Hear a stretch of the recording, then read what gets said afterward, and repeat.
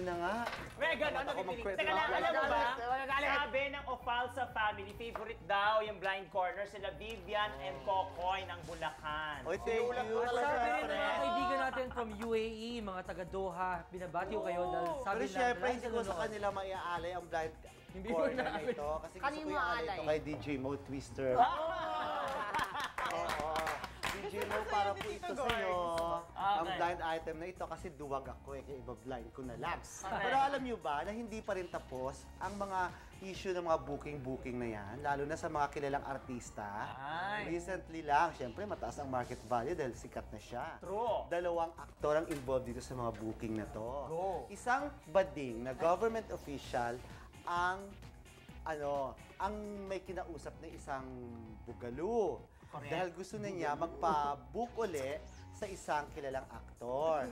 Ang binigay sa kanya ay isang gwapo at magaling na aktor. Nagka-award, magaling na siya.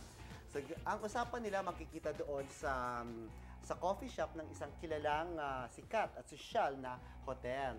Nandun na si Boogaloo, nandun na si government official na bading, at hinihintay nila ang pagdating ng aktor na ibubook sa kanya. Itong dumating na ito ngayon, ang magaling at gwapong aktor. Dumating na siya doon. Naka-shorts. Ay. Wow. So akala niya siguro masasexihan sa kanya dahil naka-shorts. Iyon pala, nakita yung peklat sa may bandang kanan ng kanyang legs. Yun ang na-sign agad nung bading na government official. Yung peklat. Correct. Na-turn off siya. Sabi niya, hindi ko type. May peklat. Sana hindi na lang siya nag-shorts. Ganyan-ganyan. Wala. Ayaw na ipatuloy ang booking. Funny. Ay, So, ginib ligwak na ang lang. booking? Ginib na lang ng 15 kyaw. Ay, Para makauwi. in fairness. Appearance fee. Kasi Panggas lang yun, no? Ano yun eh, dito, 50 kyaw ang booking eh. So, since hindi naman matutuloy, so ito na yung 15 kyaw. Sabi nga ni Richard Pinlac, chika fee, di ba? Chika fee yun.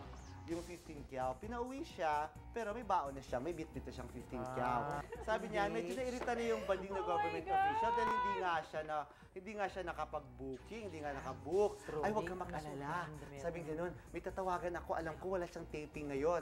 Chuk, madali lang ito, pero may kamahalan. Magkano? 150 kyaw. Sino ba yan? Binanggit ang name ng aktor. Okay, go! 150 kyaw. Basta makarating siya dito. Parang auction lang, ha? 150 kyaw ang presyo, ining. Tanggapin mo na. Ilang sandali lang, dumating na si aktor. Natuloy ang booking sa halagang 150 kyaw. Pangkahabuhayan showcase ite. Gusto niyo mahulaan? Tito Gorgie, itago na lang natin sa pangalang. Basta, ang initials ng pangalan ng dalawang aktor Yung na ito. yung una, yung may Yung initials ng dalawang pangalan ng dalawang aktor na ito, pareho lang. Ano? Pareho lang ang initials. Ay, alam ko na. Yun na. Sino yan? Pareho lang. Wow, parang Basta si actor 1, gano'n din ang initial ng name ni actor 2. Lumalabas siya dati. Ito may grupo yan dati, di ba yung isa? Wala, basta pag-usapan natin siya. Okay, guys. Relax.